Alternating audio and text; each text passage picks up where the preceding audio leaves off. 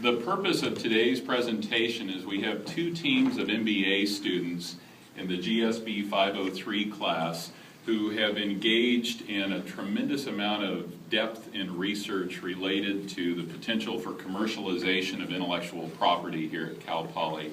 And each of them will talk about the inventions and the intellectual property that they're attempting to address in something we call a 15X model, a 15 times model where we look for 15 different ways to commercialize the intellectual property and potentially bring a revenue stream to Cal Poly. And then the type of resin that you've chosen has to be layered over it. And then another carbon fiber mat, and another resin. And continue to do it until you get the strength attributes that you desire, like 10 times stronger than steel. However, that process, as you can see, takes a lot of people, takes a lot of time, and it's prone to error. In fact, the only reason why I have this piece to show you today is because it failed to be able to be sent out into the market. Due to the non-corrosive makeup of this patent, we believe it would be really effective in dive equipment and scuba equipment. So as you guys can see in this video, these are some U.S. Navy SEALs.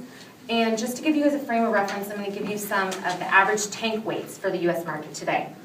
Worthington Steel HP tank, 28 pounds. Sherwood Compact Neutral AL tank, 34.4 pounds. Catalina C100 tank, 46.1 pounds. So the average tank weighs between 30 and 50 pounds.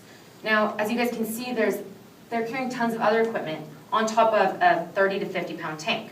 By decreasing the weight of this tank to under 10 pounds, we could highly increase the effectiveness and the safety of the U.S. Navy SEALs that are using these tanks and equipment. Inside, we have a whole team working on one single piece. So there seems to be a lot of time that's going by. They're working like ants, and yet they're all doing a lot of different steps on one piece.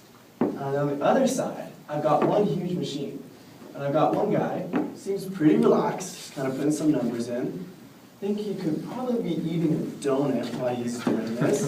And yet, 72 bottle caps are being produced every 3 seconds due to the injection mold process. So let's go back to the other one. Step 2 is an improved method for extracting milk protein from milk.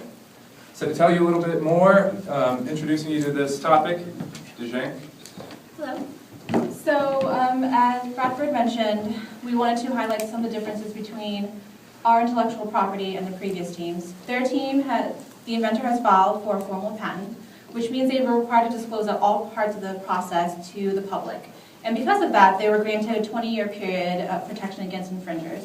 But the difference here is that the patent currently hasn't been filed, so it's considered to be a trade secret. And potentially, we can have protection forever as long as whoever knows about the process keeps it a secret. And in fact, our team here, we're not even aware of the process of what's different, or the exact process. But what we do know is that it's very different from the traditional process for extraction of milk protein.